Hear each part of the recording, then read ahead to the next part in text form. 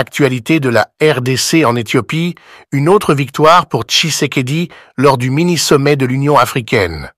Au cours d'une session à huis clos de haut niveau de la mini-réunion sur la situation sécuritaire en RDC, abordant le conflit en cours dans la République démocratique du Congo, RDC, le président Félix Tshisekedi a prononcé une déclaration résolue et franche, remettant en question les récits prédominants et adoptant une position solide contre l'agression extérieure.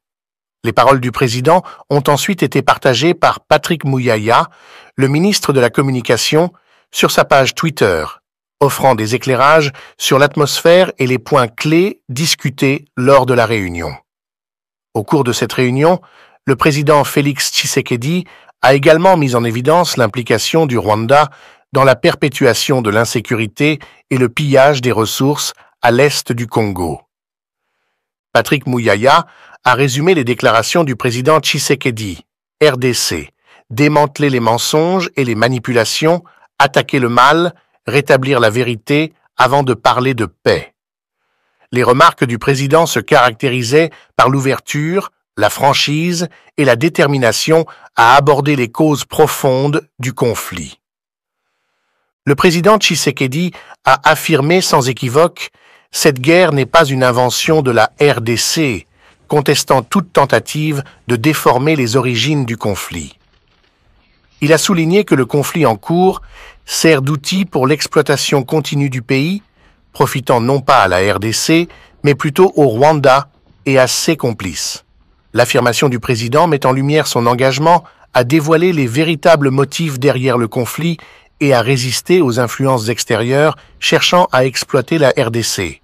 De plus, Tshisekedi a rejeté l'idée de devenir le protecteur d'une communauté d'un pays voisin, soulignant l'importance de maintenir la souveraineté et l'autonomie de la RDC.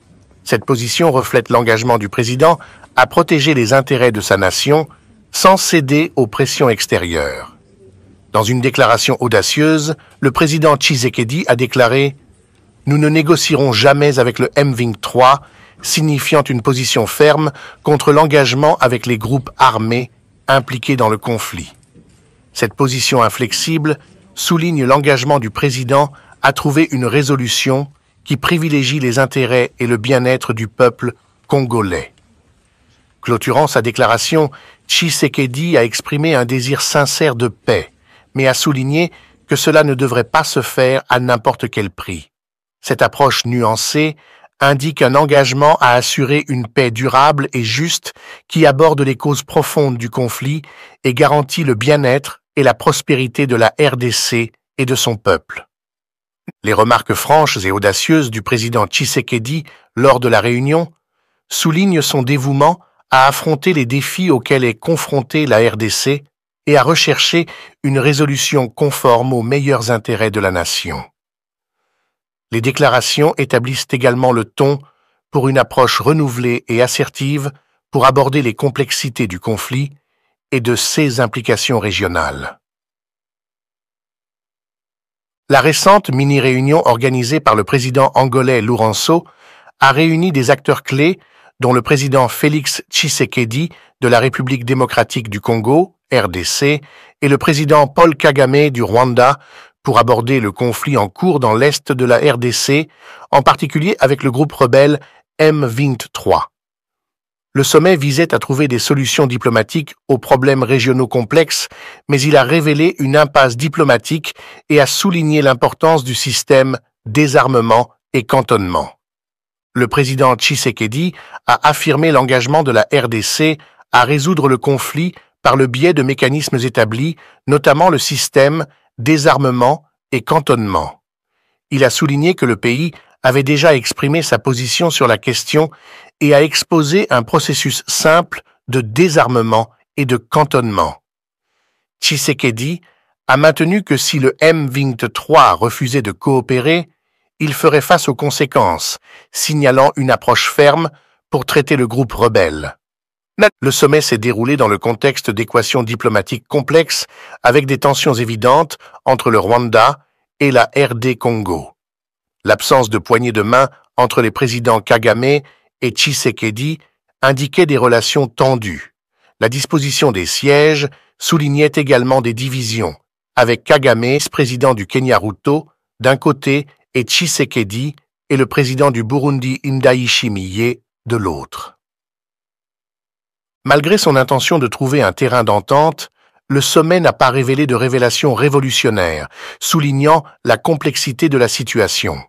Le refus d'une poignée de main et la division évidente dans la disposition des sièges laissaient entrevoir les difficultés à favoriser la coopération entre les nations concernées. La mise en garde implicite du président Tshisekedi concernant les conséquences pour le M23 si la non-coopération persiste ajoute une couche d'incertitude quant à l'avenir du conflit. La mini-réunion sur le conflit dans l'est de la RDC, organisée par le président angolais Lourenço, a révélé les dynamiques diplomatiques complexes entourant la question du M23. La position ferme du président Tshisekedi sur le système désarmement et cantonnement et les conséquences de la non-coopération envoient un message clair selon lequel la RDC doit aborder le conflit par le biais de mécanismes établis. Cependant, l'absence de progrès tangible lors du sommet souligne les défis pour trouver un terrain d'entente et résoudre les problèmes régionaux complexes. La situation sécuritaire à l'est de la République démocratique du Congo s'invite au débat des chefs d'État ici à Addis Abeba, chef-lieu ou les sièges de l'Union africaine. Le président de la République, Félix-Antoine Tshisekedi Tshilombo, y est attendu en début d'après-midi, c'est vendredi. Mais déjà, depuis ce matin, deux importants forums sont ouverts ici sur la question de l'Est de la République démocratique du Congo. La première rencontre est de l'EAC. Les dirigeants de la East African Community, l'EAC, se réunissent depuis ce matin pour faire l'état des lieux de la situation après le départ de leurs troupes déployées en République démocratique du Congo. La deuxième rencontre est un mini-sommet de chefs d'État convoqué par le président angolais João Lourenço en sa double qualité de médiateur de la crise entre le Rwanda et la RDC et surtout en sa qualité de champion de paix et réconciliation en Afrique. Une dizaine de chefs d'État sont donc attendus, parmi lesquels Félix-Antoine Tshisekedi Tshilombo, le président de la République démocratique du Congo. Le deuxième enjeu est l'ordre diplomatique. La République démocratique du Congo est désormais membre à part entière du Conseil paix et sécurité de l'Union africaine. Les CPS, c'est un peu l'équivalent du Conseil de sécurité des Nations Unies. Désormais, la République démocratique du Congo va prendre part aux réunions à huis clos de la CPS avec droit de parole. C'est donc un succès diplomatique pour le président Félix-Antoine Tshisekedi, 22 ans après l'exclusion de la RDC à cette importante rencontre. Alors, le dernier enjeu est aussi diplomatique, c'est que la République démocratique du Congo est en train de baliser la voie vers sa participation comme membre non permanent du Conseil de sécurité des Nations Unies pour le compte de l'Afrique centrale. Et déjà, tous les États de la région sont unanimes quant à la candidature de la République démocratique du Congo, mais c'est un long processus qui devrait aboutir en 2020.